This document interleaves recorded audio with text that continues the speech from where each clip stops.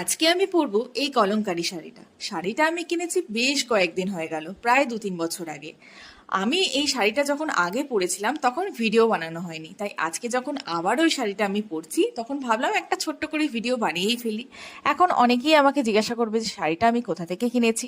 তো যারা বর্ধমানে থাকো তারা অনেকেই জানো যে বীরহাটায় প্রতি শুক্রবার এসবিআই ব্যাংকের ঠিক পাশে একটা হাট বসে। আর এই হাটে কিন্তু রিজনেবল প্রাইসে তোমরা বিভিন্ন ধরনের জিনিস পেয়ে যাবে। আর যারা বর্ধমানে থাকো তাদেরকে আমি বলবো হাটটা অবশ্যই একদিন এক্সপ্লোর করো।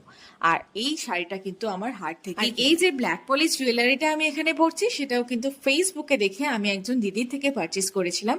তো দিদির নাম আমার একদমই মনে পড়ছে না, কারণ 3 থেকে 4 বছর আগে আমি এই জুয়েলারিটা কিনেছিলাম।